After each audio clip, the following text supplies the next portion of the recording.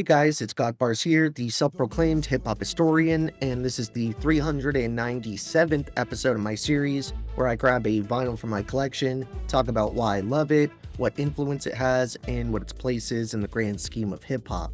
So this was another one of those golden age classics I've been meaning to get to for a while now, as Kool and Deadly, or Justicizms, the 1987 debut by Just Ice, is undeniably one of the groundbreaking albums that laid down the foundation for gangsta rap, even preceding the likes of NWA or Ghetto Boys, which should put into perspective just truly how ahead of his time this legend was.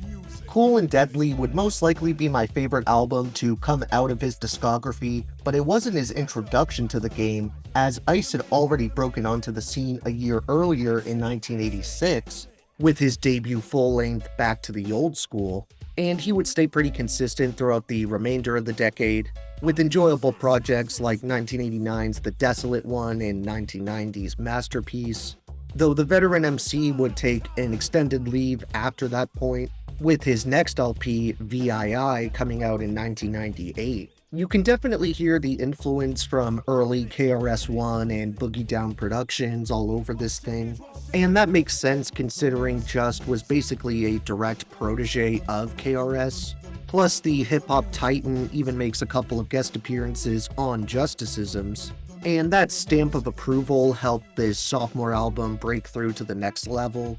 It may not be a classic on the level of, say, De La Soul's 3 Feet High and Rising, or Public Enemy's It Takes a Nation of Millions to Hold Us Back, nor did it dominate on the charts. However, in 1998, Kool and Deadly was selected by the esteemed hip-hop outlet The Source as one of the magazine's top 100 rap albums of all time, and it also undeniably had a massive influence through the track Mosh It Up, as that song actually originated the "Suicide, It's a Suicide" meme, which, if you aren't aware, is easily one of the most heavily sampled and referenced moments in the genre's history.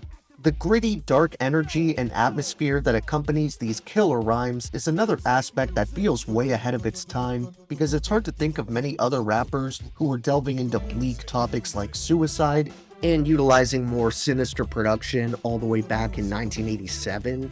In fact, really the only MC who comes to mind for me is the Memphis pioneer DJ Spanish Fly, who was already on a completely different wavelength all his own by this time.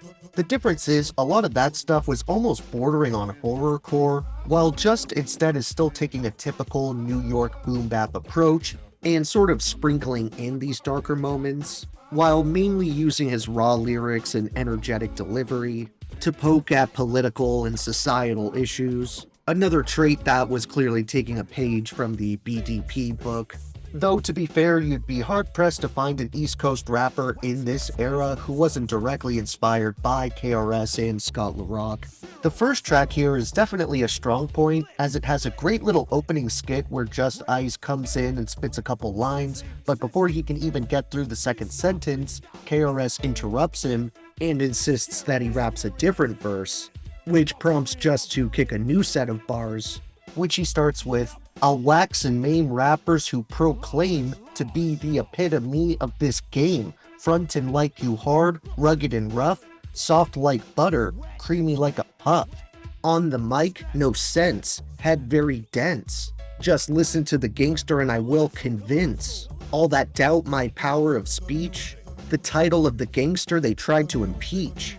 But it is protected by the black and the red. It's not true, all gangsters are dead. Not a gangster with a gun doing crime.